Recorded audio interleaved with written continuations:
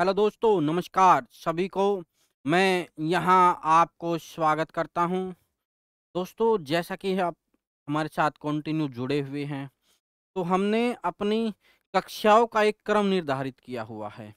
दोस्तों, आज हम हमारा टॉपिक है जिसके बारे में हम बातचीत करने वाले हैं, वो है भारत की कार्यपालिका के अंदर हमने पढ़ा है। उसके आगे चलते हैं प्रधानमंत्री व उसकी मंत्रिपरिषद। जैसे दोस्तों, हम कार्यपालिका पढ़ रहे हैं, भारत के संघ की जो कार्यपालिका है वो पढ़ रहे हैं, जो भारत के संविधान के भाग 5 में आती है, और इसका अध्ययन हम करते हैं आर्टिकल 52 से 78 तक। इसके अंदर हमने अभी तक राष्ट्रपति को पढ़ लिया है, उपराष्ट्रपति के बारे में हम जान चुके हैं। दोस्तों, इसके बाद हमारा जानना बाकी है कि प्रधानमंत्री कैसे बनेगा, और प्रधानमंत्री की जो मंत्री परिषद है उसका गठन किस आधार पर होगा। और उसके बाद दोस्तों, हमारा जो आखिरी है, महान्यायवादी कौन व्यक्ति होगा, क्या इसके कार्य हैं, और इसको क्यों कार्यपालिका के अंदर शामिल किया गया है। तो दोस्तों, आज हम जानेंगे कि भारत के प्रधानमंत्री के बारे में, उसकी मंत्रिपरिषद के बारे में। हमने अपनी विगत कक्षाओं में हमें राष्ट्रपति के बारे में जाना, उपराष्ट्रपति के बारे में जाना, तो आगे हम शुरुआत करने जा रहे हैं प्रधानमंत्री। हमारा आज का टॉपिक है प्रधानमंत्री। दोस्तों, एक ऐसा मंत्री जिसको आप जानते भी हैं, यानी कि ये मंत्रियों में प्रधान, इसको जो अगर हम जाने तो मंत्रियों में प्रधान, यानी कि दोस्तों सबसे पहले तो इसकी नियुक्ति राष्ट्रपति द्वारा की जाती है। भारत के प्रधानमंत्री की नियुक्ति राष्ट्रपति के द्वारा की जाती है। आप सब लोगों को पता है, हमारे यहाँ प्रधानमंत्री बनने के लिए एक प्रोसेस है, जहाँ पर हम सभी लोग सार्वभौमिक वयस्क मताधिकार के आधार पर वोट डालते हैं। प्रधानमंत्री को हम डायरेक्ट चुनाव के माध्यम से चुनते हैं। जो हमारे जो लोक सेवक हैं, जो हमारे एमपीज हैं, मेंबर ऑफ पार्लियामेंट हैं, उसके चुनाव होते हैं। जैसे अभी लगभग 1 साल पहले हमारे यहाँ चुनाव संपन्न हुए हैं। तो दोस्तों, सबसे पहले प्रधानमंत्री कौन होगा? दोस्तों, लोग किसी भी आम चुनाव के बाद आम चुनाव होता है। दोस्तों, आम चुनाव किसको बोलते हैं? ये दोस्तों लोकसभा के जो चुनाव होते हैं उनको बोलते हैं। इसमें दोस्तों हमारे यहाँ आगे जाके पता करेंगे लोकसभा की क्या यहाँ पर निर्धारित सीटें हैं, किस आधार पर लोकसभा का इलेक्शन लड़ा जा सकता है, और कौन व्यक्ति उसको लड़ने के लिए एलिजिबल होगा। यानी कि दोस्तों, जब आम चुनाव हो जाते हैं तो वहाँ पर एक पार्टी अलग अलग, जैसे हमारे यहाँ बहुपार्टीय संबंध है। दोस्तों, चुनाव में चुनकर सब लोग आते हैं, यहाँ पर हमारे मेंबर ऑफ पार्लियामेंट्स इकट्ठे होते हैं। यहाँ पर दोस्तों देखते हैं कि किस दल को बहुमत मिला है। जैसे हमारा बहुदलीय व्यवस्था है दोस्तों, लोकतांत्रिक व्यवस्था में बहुदलीय व्यवस्था होती है। यहाँ पर विभिन्न पार्टियां हिस्सा लेती हैं। इसमें दोस्तों जो हमारे 543 चुने हुए लोग हैं, उनमें से बहुमत दल का नेता चुना जाता है। अब बहुमत दल का नेता कौन होगा दोस्तों? जिस भी पार्टी को ज्यादा सीट मिलेंगी, वो पार्टी अपना प्रधानमंत्री बनने का दावा पेश करेगी। किसके सामने? राष्ट्रपति के सामने। यानी कि दोस्तों, यहाँ पर एक पार्टी या एक से अधिक पार्टियां इकट्ठी होकर एक बहुमत दल बनाती हैं, जिसके पास संख्या होती है, संख्या बल होता है। तो दोस्तों, इसको बोलते हैं बहुमत दल। बहुमत दल के चुना हुआ एक नेता होता है, उस बहुमत दल से एक नेता चुना जाता है जो कि प्रधानमंत्री का उम्मीदवार होता है। अब ये व्यक्ति बहुमत दल का नेता चुन लिया गया है, उसमें किस में से? बहुमत दल में से। अब दोस्तों, ये जरूरी नहीं कि वो व्यक्ति केवल लोकसभा से चुन के आए, वो व्यक्ति राज्यसभा से भी बहुमत दल का नेता चुना जाता है। लेकिन चुनेगा कौन? आम चुनाव में जीते हुए व्यक्ति, वो अपना विधायक यानी कि जो बहुमत दल का नेता है उसको चुनेंगे। तो दोस्तों, जैसे हम आगे बात करते हैं, आम चुनाव में जो लोकसभा के चुनाव हैं, जो जनप्रतिनिधि चुनकर आए हैं, जिसको हमारी जनता ने डायरेक्ट वोट के माध्यम से चुना है, उस दल के नेता को, वहाँ जिसका बहुमत है, बहुमत दल के एक व्यक्ति को नॉमिनेट कर दिया जाता है प्रधानमंत्री के लिए। तो दोस्तों, जो हमारे संविधान में बताया गया है कि राष्ट्रपति राष्ट्रपति बहुमत दल के नेता को बहुमत दल के नेता को प्रधानमंत्री नियुक्त करेगा। प्रधानमंत्री नियुक्त करेगा। प्रधानमंत्री नियुक्त करेगा। यानी कि दोस्तों, हमारे संविधान में कौन नियुक्त करेगा? राष्ट्रपति। क्योंकि जो सुप्रीम पावर है वो किसके पास है? राष्ट्रपति के पास है। जो भी सभी कार्य होंगे वो राष्ट्रपति के नाम से होंगे। राष्ट्रपति अपनी शक्तियों को पूरा करने के लिए, उनको निर्वहन करने के लिए एक व्यक्ति की नियुक्ति करेगा, प्रधानमंत्री। और वो प्रधानमंत्री कौन होगा? वो यहाँ पर बहुमत दल का नेता होगा। और ये जो सोर्स हैं ये हमें कहाँ मिलते हैं दोस्तों? भारतीय संविधान के आर्टिकल 75 में हमें प्रधानमंत्री के बारे में बताया गया है। ये सभी बातें जो मैंने आपको बताई, ये आर्टिकल 75 आपको बताता है कि हमारे देश में एक प्रधानमंत्री होगा जिसकी नियुक्ति राष्ट्रपति के द्वारा की जाएगी। और उसकी योग्यता क्या होगी? वो बहुमत दल का नेता होना चाहिए। अब दोस्तों, प्रधानमंत्री कौन कौन नियुक्त हो सकते हैं दोस्तों?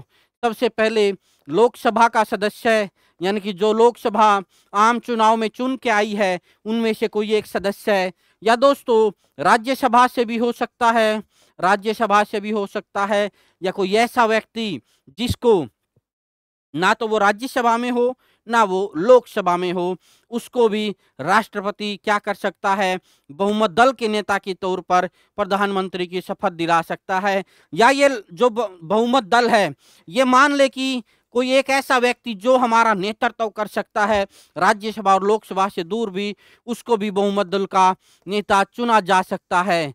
दोस्तों, यहाँ पर प्रधानमंत्री को शपथ दिला देगा कौन? राष्ट्रपति। यानी कि लेकिन जो ये किसी भी सदन का सदस्य नहीं है, इसको 6 महीने के अंदर 6 महीने के अंदर इसको कहीं लोकसभा सीट से या राज्यसभा सीट से चुन के आना पड़ेगा। यानी कि क्या बात है दोस्तों, हमारे आम चुनाव में जो बहुमत दल आएगा, उस बहुमत दल के नेता को प्रधानमंत्री के तौर पर नियुक्त कौन करेगा? राष्ट्रपति नियुक्त करेगा। और ये हमारे जो सोर्सेज हैं ये कहाँ से मिलते हैं? आर्टिकल 75 बताता है हमें प्रधानमंत्री के बारे में। दोस्तों, मैंने आपको जब राष्ट्रपति पढ़ाना स्टार्ट किया तब भी आपको आर्टिकल 53 में बताया गया था कि संघ की समस्त शक्तियां राष्ट्रपति के पास हैं। और राष्ट्रपति क्या करेगा? उन सभी शक्तियों का जो निर्वहन है वो मंत्री परिषद की सहायता से करेगा। और मंत्री परिषद कौन होगी? मंत्री परिषद की नियुक्ति प्रधानमंत्री की सलाह पर करेगा। यानी कि दोस्तों, अब बात आती है मंत्री परिषद की। ये मंत्री परिषद कौन होगी? यानी कि दोस्तों, आर्टिकल 75 में हमने पढ़ा कि बहुमत दल से हमने प्रधानमंत्री को चुन लिया, जिसकी शपथ किसके द्वारा दिलाई गई? भारत के राष्ट्रपति के द्वारा। अब दोस्तों, प्रधानमंत्री की सलाह पर राष्ट्रपति मंत्रिपरिषद में मंत्रियों की नियुक्ति करेगा। यानी कि दोस्तों, यहाँ पर भी जो नियुक्ति है कौन करेगा? राष्ट्रपति करेगा। राष्ट्रपति, यानी कि पूछा जा सकता है प्रधानमंत्री व मंत्रिपरिषद है जो उसकी नियुक्ति कौन करता है? राष्ट्रपति करता है। इसलिए दोस्तों, इनका जो कार्यकाल है प्रधानमंत्री व मंत्रिपरिषद का, सामान्य तो 5 साल होता है, लेकिन ये राष्ट्रपति के प्रसाद पर्यंत कार्य करते हैं। राष्ट्रपति के प्रसाद पर्यंत कार्य करते हैं। जो अगर हमारा प्रधानमंत्री या अन्य मंत्री सदन का विश्वास खो देते हैं और सदन में अविश्वास प्रस्ताव आ जाता है किसी भी मंत्री या प्रधानमंत्री के खिलाफ, तो दोस्तों वो सामूहिक रूप से जो हमारी मंत्रिपरिषद गठित हुई है प्रधानमंत्री के नेतृत्व में, उसको बर्खास्त मान लिया जाता है। इसलिए कहते हैं दोस्तों, ये राष्ट्रपति के प्रसाद पर्यंत कार्य करते हैं। और ये जो सारी जानकारी है ये हमें कहाँ से मिलती है? ये दोस्तों हमें मिलती है आर्टिकल 74 से। यानी कि आर्टिकल 74 बताता है कि राष्ट्रपति अपनी शक्तियों का निर्वहन करने के लिए प्रधानमंत्री की सलाह पर, इसलिए हमने सबसे पहले आर्टिकल 75 पढ़ा। दोस्तों जो हमारा क्रम है शक्तियों के विभाजन का, हम उस अनुसार इसको ढाल के पढ़ते हैं, ना कि हमें केवल अनुच्छेदों का ज्ञान लेना है। अनुच्छेद तो हमें याद हो जाएंगे, नंबर ही तो है, लेकिन उससे पहले उसके अंदर क्या विषय दिया गया है, विषय वस्तु का हमें जानना बहुत जरूरी है। यानी कि दोस्तों जो अगर पूछे मंत्रिपरिषद की नियुक्ति राष्ट्रपति करेगा प्रधानमंत्री की सलाह पर, यह बताया है आर्टिकल 74 में, और प्रधानमंत्री की नियुक्ति करेगा राष्ट्रपति आर्टिकल 75 के तहत। किसमें? मंत्रिपरिषद में। यानी कि जो लोकसभा का बहुमत दल का नेता है, बहुमत दल के नेता की नियुक्ति करेगा, यह बताया गया है। अब आगे हम दोस्तों देखते हैं मोटा मोटा हमारा प्रधानमंत्री के बाद आता है। दोस्तों हमारी जो कार्यपालिका है उसमें हमारा अगला जो है, थोड़ा थोड़ा हम जान लेते हैं मंत्रिपरिषद क्या कार्य करती है। मंत्रिपरिषद क्या कार्य करती है? दोस्तों ये विधायिका में कानून पास करवाकर लागू करने का कार्य करती है, लागू करने का कार्य करती है। दूसरा दोस्तों, मंत्रिपरिषद सामूहिक रूप से लोकसभा के प्रति उत्तरदायी होती है। ठीक है दोस्तों, ये बताया गया है सामूहिक रूप से, कोलेक्टिव रूप से, यानी कि कोलेक्टिव रूप से या सामूहिक रूप से ही क्यों उत्तरदायी होंगे? क्योंकि दोस्तों जो भी हमारी सरकार कोई भी नियम या कानून लेके आती है, वैसा नहीं कि कोई व्यक्तिगत आधार पर आता है।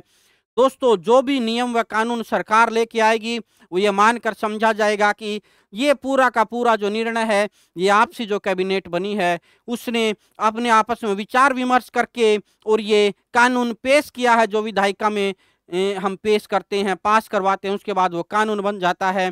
तो दोस्तों इसीलिए ये लोकसभा के प्रति उत्तरदायी होते हैं। आगे हम चलते हैं दोस्तों, जो हमारा अगला और आखिरी जो क्रम है कार्यपालिका में, महान्यायवादी, उसके बारे में जानते हैं दोस्तों। हमारा अगला हेडिंग है महान्यायवादी, जिसको हम अटॉर्नी जनरल भी बोलते हैं। एजी साहब, सरकार के एजी साहब, अटॉर्नी जनरल ऑफ इंडिया। अभी जो चले हुए हैं वो 16वें नंबर के अटॉर्नी जनरल चले हुए हैं।